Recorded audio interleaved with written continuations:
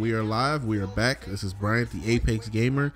We are doing another technique-esque video talking about game plans and strategies that we might look to do much of in the actual release of the game. So this one's a little different. Obviously, the summary kind of is a dead giveaway of what's going to happen in the video. It's kind of awful that that's how it works, but yeah, no, every TV show has an episode name, and you know they're usually pretty derivative of what's going on in the episode. So this strategy I'm going to employ with Edson Barbosa. It took a little bit more time to get off than the body hunting strategy.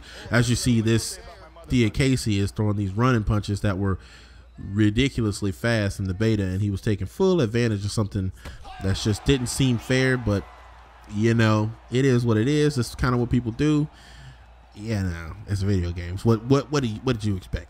You know, I expected it. I expected people to thoroughly run at me with those running punches. I expected it to be a prevalent strategy, and this guy was fully vetted in the waters of using bullshit.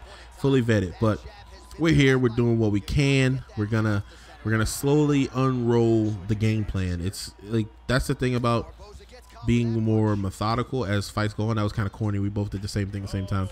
But the thing about being more methodical is that it's not an immediate threat that you want to throw out there. You want to show that your game has wrinkles, and you want to be able to do a little bit of everything.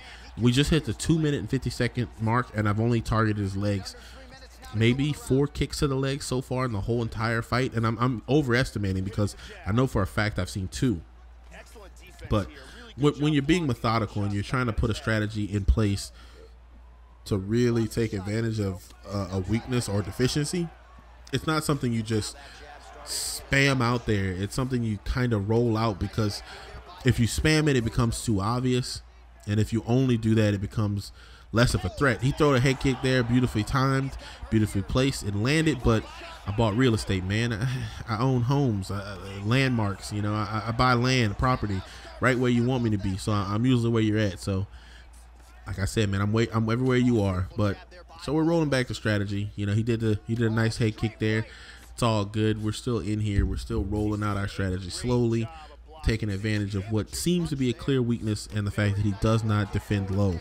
He doesn't block low. He doesn't block his legs. He doesn't check kicks. So because he's not blocking low, I could technically run the body pocket on him, but you know, it's not gonna happen in this fight. This guy's got a few different strategies though. Either he's running punches with him, or he's looking to kick to the head, or he's looking to throw the 1-2-1-2 as a combination. So he's rolling out his game plan a little too. He's changing. He's adapting. His adaptations aren't very wise because he's doing more and more. He's increasing the volume as the pressure increases, which he probably shouldn't be doing. He probably should be tapering it back, and he got caught there. He went to throw a kick and got timed and hit with a leg kick that hurt him because he was vulnerable. He got timed and became vulnerable and got hurt, and then I dropped him with a leg kick and then continued to target his leg because he wouldn't get back up. He just had to take advantage of an opportunity while he was just laying on his back like a victim. So I treated him like a victim because he put himself in that situation. So, but we're still doing what we want to do mostly. He's got a couple rocks off in the fight. Not too worried because he's not quite the closer, and you can tell he's not the closer because the way he attacks doesn't indicate that he's trying to get a finish. He looks like he's trying to, I don't know what he's looking to do, but it's not very direct of an attack. So I'm not too worried about it, but his leg is severely compromised at this point in the fight. He has absolutely one leg to stand on. That leg is taking knockdown after knockdown because he is so hurt that he can't stand on that leg anymore. So I'm going to continue to victimize him. He changed stances there for the first time and goes for a takedown.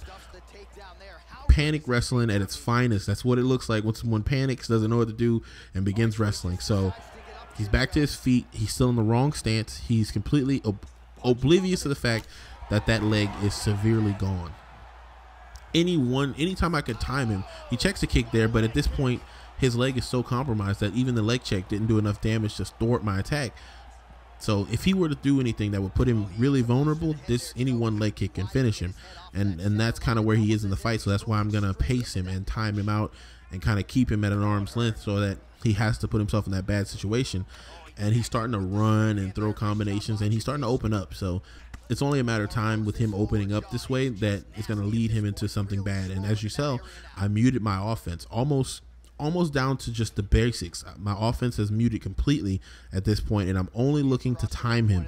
I'm only looking to catch him moving forward and me moving forward with a leg kick at the same time.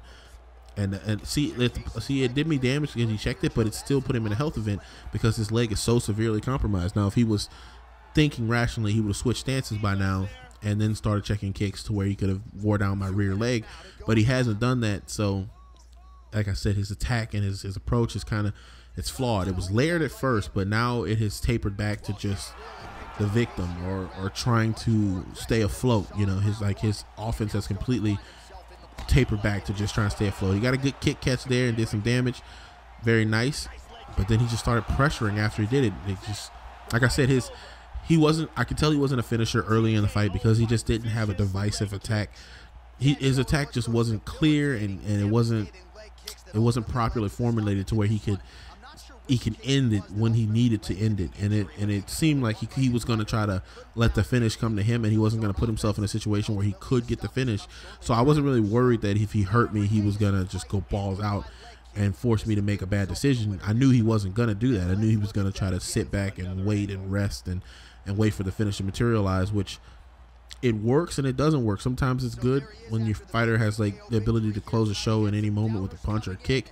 It's good. So like you're playing Conor McGregor, you can just run backwards in circles and land a punch and finish somebody. But Casey's a little different. If he got a kick off, maybe. But let me know in the comment section if you are going to be targeting legs exclusively when the game comes out. If you're going to be focusing on leg kicks and breaking your opponent down, chopping down that tree and forcing them to make bad decisions based on the limited opportunity that they have. Or you're going to look to limb destruct and take away your opponent's weapons.